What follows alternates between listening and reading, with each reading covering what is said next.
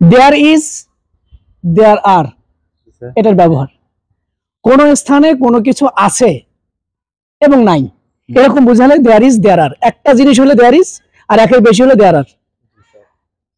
আমাদের কলেজে একটা ভালো মসজিদ আছে, বলো কি হবে? There is a mosque. There is a good mosque Good mosque in our the, college. in the college. আমাদের কলেজে একটি সুন্দর বাগান আছে, There is a good garden, good garden. Beautiful garden. হ্যাঁ। in our In college. our college.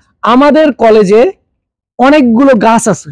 There are many trees in our college. আমাদের কলেজে অনেকগুলো স্টুডেন্ট আছে।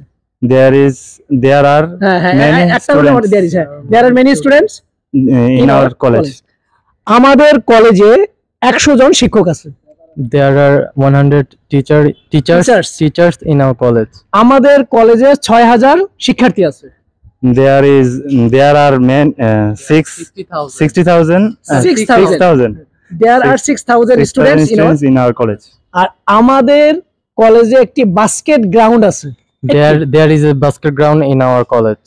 আমাদের কলেজে 4টি বাস আছে।